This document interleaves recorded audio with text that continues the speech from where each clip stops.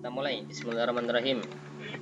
Nah, ini secara awal amal usaha Muhammadiyah bidang kesehatan. Ini AUM itu singkatan dari amal usaha Muhammadiyah. Amal usaha Muhammadiyah.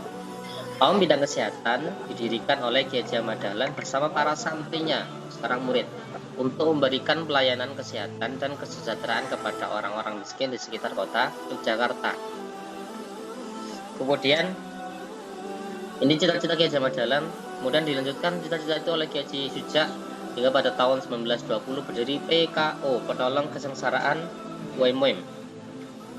Kalau dulu bacanya umum ya, ini masih ejaan lama jadi pakai U itu dari O sama E, jadi bacanya umum bukan UMM.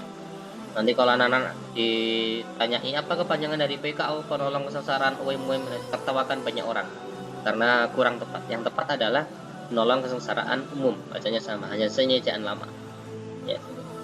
Kemudian tahun 1923 berubah nama menjadi PKU, Penolong Kesengsaraan Umat.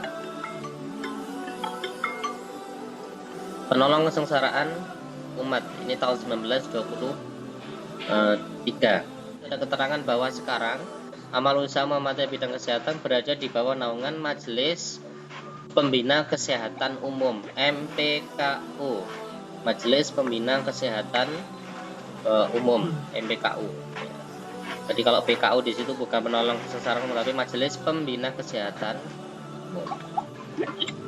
Kenapa kok ada pendirian amal usaha bidang kesehatan? Karena amal usaha bidang kesehatan di Muhammadiyah punya visi misi, punya misinya. Satu, misi apa? Misi sosial, yaitu sebagai perwujudan ajaran tolong menolong dalam penyelamatan jiwa manusia. Jelas ya kalau tolong menolong, ini seluruh orang sepakat bahwa tolong menolong itu salah satu kewajiban kita terhadap orang lain. Apalagi urusan jiwa, kan nggak mungkin kalau ada orang kecelakaan terus kita berdiam diri, tidak minta bantuan dan sebagainya, kan nggak mungkin ya. Ini jelas misi sosialnya, jelas menolong, sakit ditolong, orang habis kecelakaan ditolong, orang tipes, panas, bahkan corona sekalipun juga ditolong sekarang ya. Kemudian yang kedua ada misi dakwah, yaitu sebagai upaya menyelamatkan akidah umat. Karena dulu banyak orang-orang miskin yang kemudian mereka sakit pergi ke dukun, sakit pergi ke tempat-tempat yang angker minta kesehatan supaya cepat sembuh.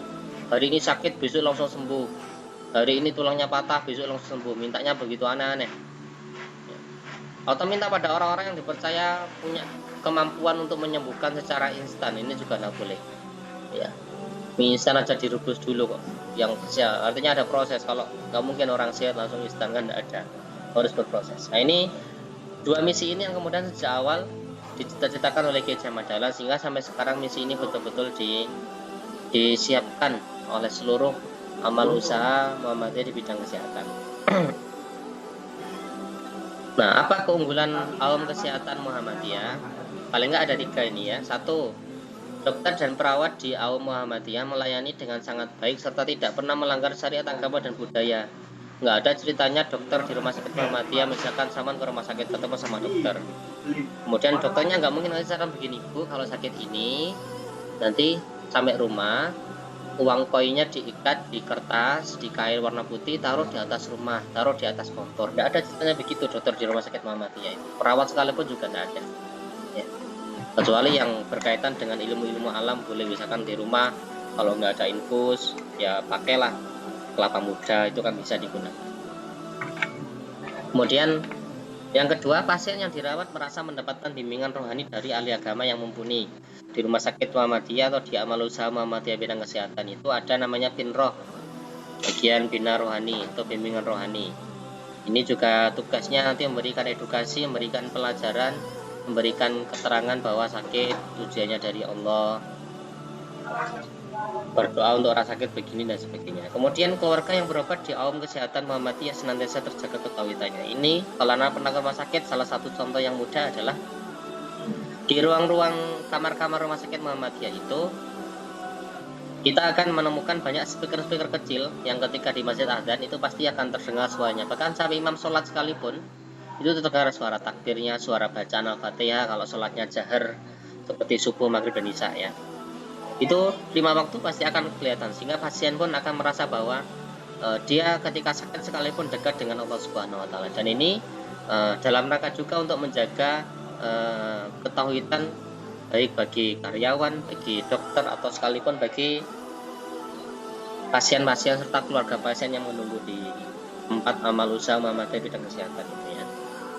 Baik, lanjut, ini contoh awam bidang kesehatan. Yang paling terkenal biasanya ini ya, ada rumah sakit, kemudian ada BAGIS, ada Balai Kesehatan Islam, kemudian ada BP, ada Balai Pengobatan, kemudian ada klinik juga.